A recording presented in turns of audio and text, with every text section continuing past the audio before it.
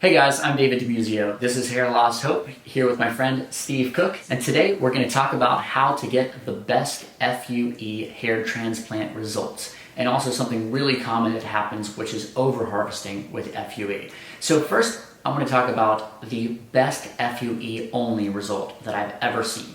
I won't say the guy's name. He's actually the president of a very large company, but he's a good friend of mine, and he's only had FUE done, and he's had, I don't even remember how many surgeries, but it's in the tens of surgeries. He's had tons of surgeries. Last time I talked to him, he said he couldn't even remember how many surgeries he's had. Wow. But he was telling me that every single surgery he's ever had, the maximum number of grafts he's ever had in one surgery was 500 grafts, which doesn't seem like a lot at all. But he has incredible results, and he's had the top surgeons in the world do just a few grafts every time. So, Steve, why would that be that he's had small numbers of grafts done each surgery and had such good results? And what are you seeing as far as over-harvesting in the opposite direction? And why would that not necessarily lead to as good results? Well, David, it really depends upon the doctor's strategy that is going to perform the FUE. Mm-hmm. There's different strategies, different doctors. If you have a very ethical doctor who's very good at what he does, has a great skill set, has a full-time staff, and does this every day, he's not going to press the issue. He's not going to push the envelope. So it just depends upon the variables that we talk about in the building blocks of a great hair restoration. When you say push the envelope, you mean push the envelope as far as number of grafts that can be done in one session? Well, yes, that, and also it depends on the what the donor will yield and what the requirements are in the recipient area. So if the doctor's willing to build a relationship with the patient over a long period of time instead of trying to cash the cash register out in one procedure, then there's a much better chance of that procedure ending up, or those procedures over the long term when it comes to FUE, being a better result. Okay. Now that doesn't mean that everybody out there should restrict their procedures in FUE to 500 grafts. This is a one case scenario. But the point is, and I think what David has pointed out to me, is that for the majority of the patients out there that are considered good candidates for hair restoration, then we have to decide what patients are good candidates for the FUE procedure. And across the board, always doing the old Steve Cook, David DeMuzio worst case scenario, we're talking about a smaller amount of grafts per FUE procedure versus a linear strip procedure. Now the beauty of the FUE, and I love the procedure, is there's no linear scarring. So the guys can wear their hair all short and shave it down and wear a bald fade. And if it's done right with the right instrumentation, you're not going to be able to detect any scarring, although there are FUE scars there, just so you understand that. But when you do smaller procedures over the course of time, it allows the area in the donor zone to heal better and to kind of come back together a little bit better. And it sets up a strategy to where you can then look to the long term and do different areas in the recipient area. So your friend, as an example, he scored. He's got a great result. He had a great doctor. That doctor wasn't greedy. That doctor took his time, and voila, there's your result. He had an awesome donor hair as well, by the way. You mentioned as well, Steve, that there is another reason that you might want to do smaller procedures with the FUE. I think you called it moth eating.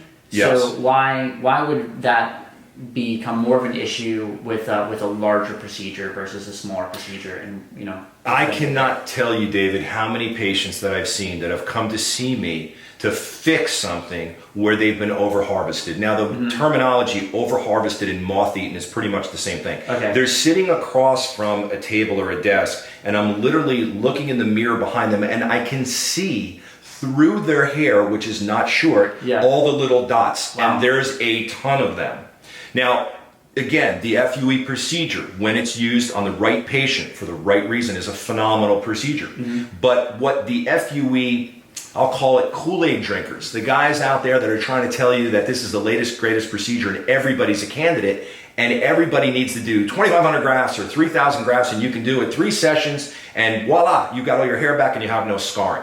That's a flat out lie. What that leads to, if it's in the wrong hands, is it makes the back of your head almost look like a petrified look back there where you've got kind of this thin, fine hair, dependent on your donor type, and you can see all the little dots back there, which is completely defeating the purpose. And these guys that chose this procedure were kind of sold a procedure that wasn't going to leave scarring. Number one, that's not true, because any procedure leaves scarring.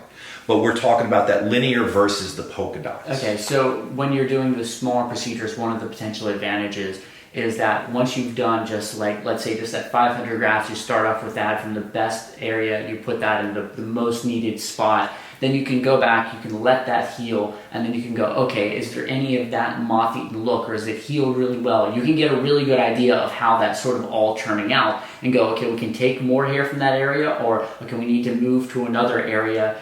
Maybe it's 6 months, a year later even, and then you can go, okay, he hasn't had any more hair loss, his hair is stabilized on some preventative treatments, or it's just stabilized, he's not losing any more hair, we can go to this area. There's a lot more reasons why you can take your time with that versus a linear procedure. You're most likely, if you're doing it ethically, gonna go just for that strongest portion of hair all at once, versus FUE, you could sort of take your time and that's do correct. multiple procedures that way. That is correct. And just another reason to stress the differences in the two procedures.